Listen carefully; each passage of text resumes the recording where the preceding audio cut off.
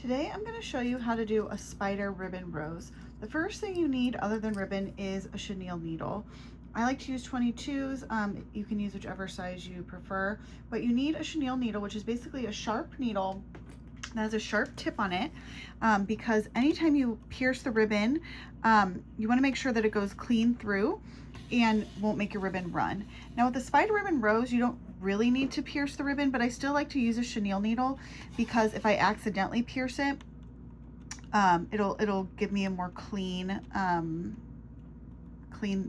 through than just doing a regular tapestry needle that's a more rounded tip.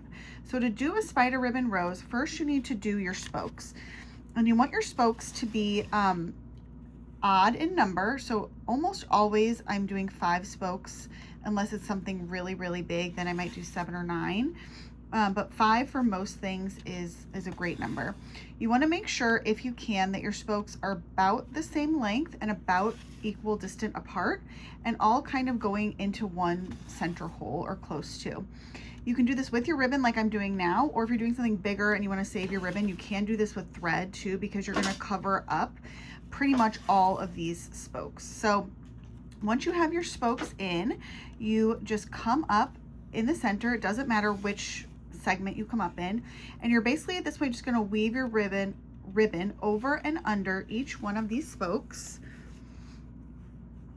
Let's see, that's over, so this will be under, and this is why you need an odd number, because if you didn't have an odd number, there would be one spoke that would be you know, over twice or under twice, and we don't want that.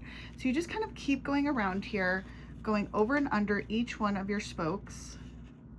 And you also want to be careful not to pull too hard. I like to use either a ribbon laying tool or like the eye end of my needle. If something is turning in a way I don't want it to, I can make it lay how I want. I kind of like how that just twisted. I usually kind of let the ribbon do that and kind of do its own thing, because I think it gives it like a more natural look. But you just keep going over and under as many times as you can until those spokes are completely covered.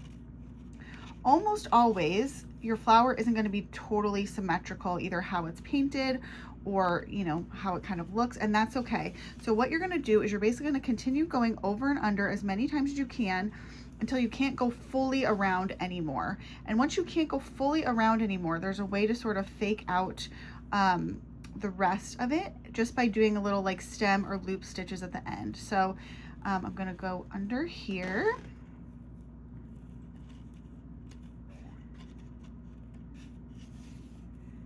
And see how that's kind of pulling a little flat there? I'm just going to take the eye end of my needle, or again, a ribbon laying tool. You don't want to use a super sharp laying tool because you don't want to, again, stab the ribbon, but anything that sort of has like a more blunt tip and kind of help you turn that ribbon so it kind of does more what you want it to do.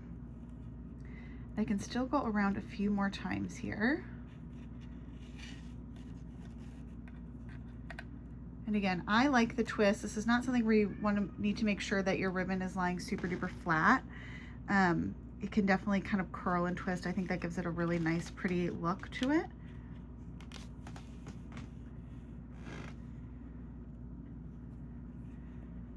Go under here.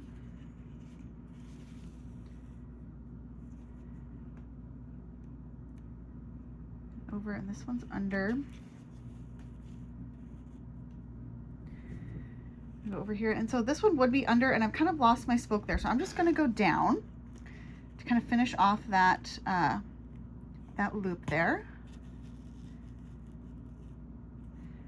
Again, I don't want that to go super flat, so I'm just going to kind of pull it back with my finger and give it a little curl. Now you see I still see a spoke over here, so what I'm going to do is kind of come up, because this would be an over. I'm going to come up kind of on the side of it.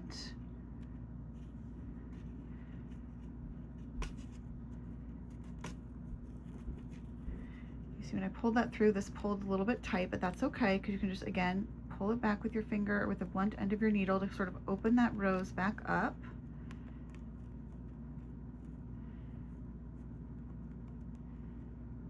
There we go. And so I'm just going to do a little fake out, like almost like a stem stitch. You're not necessarily going to come back up through the middle, but just kind of like another curved stitch to cover up that loop. And there you go. That one's done. That's how you do a spider ribbon rose.